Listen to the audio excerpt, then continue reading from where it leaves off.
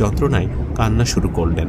ছেলের এমন করুণ অবস্থা দেখে পানির খোঁজে হজরত হাজির আলাইসাল্লাম কখনো সাফা আবার কখনো মারোয়া পর্বত যেতে লাগলেন, যদি কোথাও পানির কোনো ব্যবস্থা করা যায় এমন আশায়। এইভাবে তিনি সাফা মারোয়া পর্বতের মাঝে দৌড়ে এসে পুনরায় তিনি ইসমাইল আলাইসাল্লামের কাছে আসতেন। সেখানে তিনি হজরত ইসমাইল আলাইসাল্লামকে মাটির ওপর শুয়ে রেখেছিলেন এবং তিনি তার আশেপাশে পানির খোঁজ করতে লাগলেন।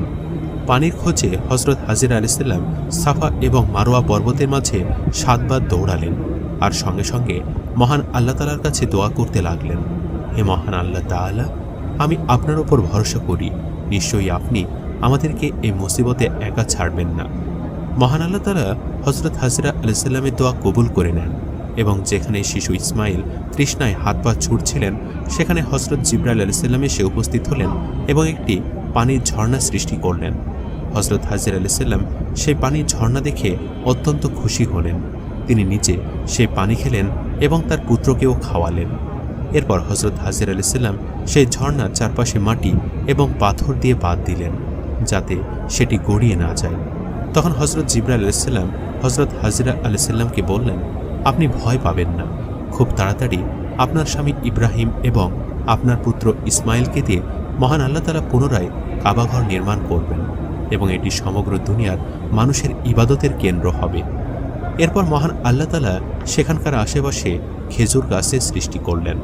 হজরত হাজির আলাইসাল্লাম সেই খেজুর খেলেন এবং পানি পান করে মহান আল্লাহ তাআলার শুকরিয়া আদায় করলেন।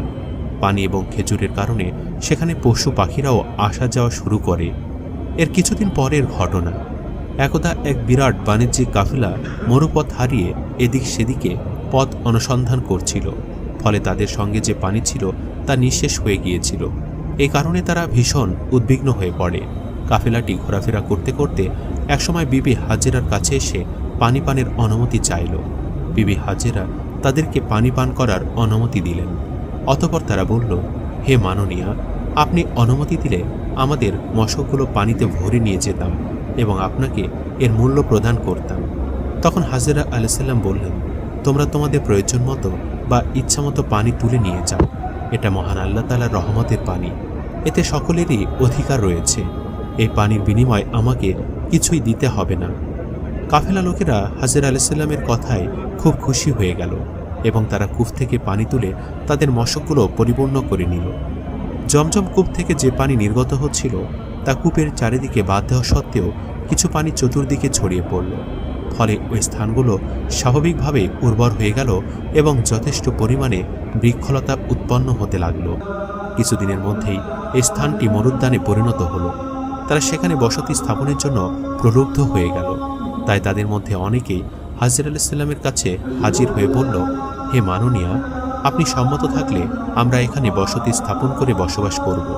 এখানকার জমি খুবই উর্বর, এ জমিতে চাষাবাদ করব এবং এখানে যে ফসল উৎপাদন হবে তার 1/4 আমরা আপনাকে প্রদান করব, আর আমাদের এই উপকারের জন্য আপনাকে উত্তম বাসগৃহ নির্মাণ করে দিব। এ বিষয়ে আমরা আপনাকে আরও প্রতিশ্রুতি দিচ্ছি যে যদি অনুগ্রহ করে আপনি আমাদের এই প্রস্তাবে রাজি হন তাহলে আমরা এখানে যা কিছুই করি না কেন সব কিছুতেই আপনার অনুমতি ও উপদেশ গ্রহণ করব, আর আপনার অনুমতি ছাড়া আমরা কখনোই কিছু করব না এবং আপনাকে আমাদের মায়ের মতো মান্য করে চলব।